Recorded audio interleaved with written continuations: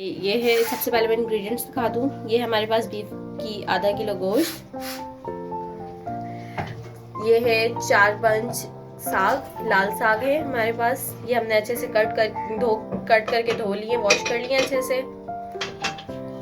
ये मैंने 4 medium size के प्याज कट कर लिए हैं थिनली। 1.5 टीस्पून लाल मिर्च पाउडर, 1 टीस्पून नमक, हाफ टी स्पून गरम मसाला, 1 टीस्पून जीरा काली मिर्च पाउडर। ऑयल हस्बे ज़रूरत। सबसे पहले हम इसमें कुकर में डालेंगे हस्बे ज़रूरत ऑयल। डालेंगे कट किए हुए प्याज।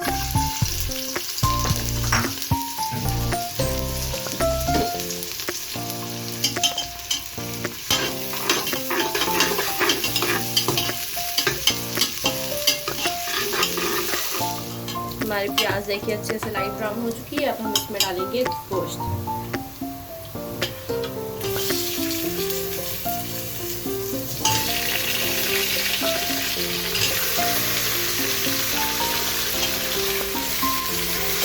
सब करेंगे। अब हम इसे अच्छे से मिक्स अप करेंगे। सॉरी, मैं भूल गई थी, तो ये अदरक लहसुन का पेस्ट है, ये मैं 2 चम्मच यूज कर रही हूँ। हमारा गोश्त अच्छे से फ्राई हो जाए, फिर हम इसमें डालेंगे अदरक लहसुन का पेस्ट। फ्राई हो गया है, अब हम इसमें डालेंगे अदरक लहसुन का पेस्ट।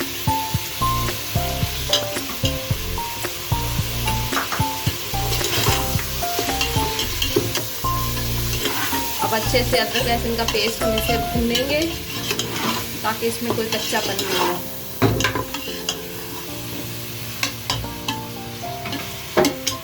अब हम इसमें ऐड करेंगे नमक।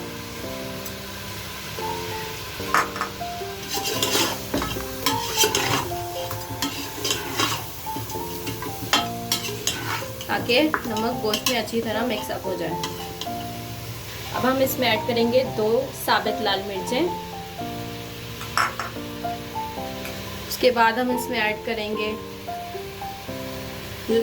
पिसी लाल मिर्च। उसके बाद हम इसमें ऐड करेंगे जीरा काली मिर्च। उसके बाद हम इसमें ऐड करेंगे गरम मसाला। अब हम इसे अच्छे से मिक्स करेंगे।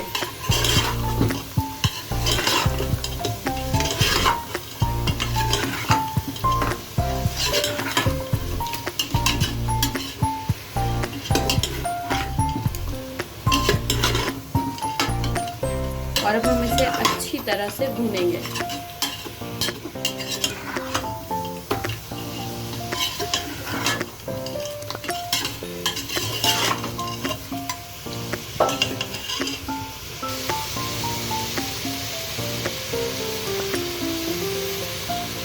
हमारे मसाले अच्छे से सब भून गए हैं।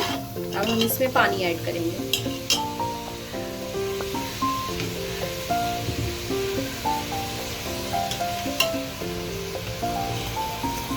मैंने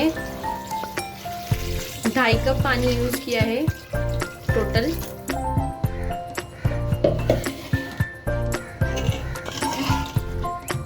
हमने अच्छे से मिक्सअप कर लिया है। अब हम कुकर को बंद करेंगे। हमने कुकर बंद कर दिया है। अब मैं 20 मिनट के बाद कुकर को खोलूंगी।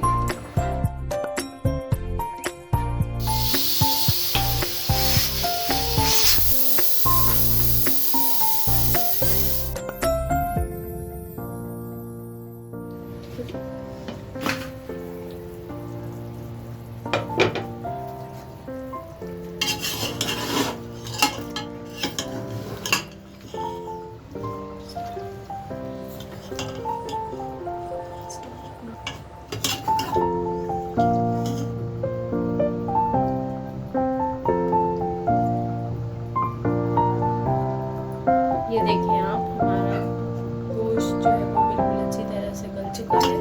अब हम इसमें साग डालेंगे। अब हम इसमें साग ऐड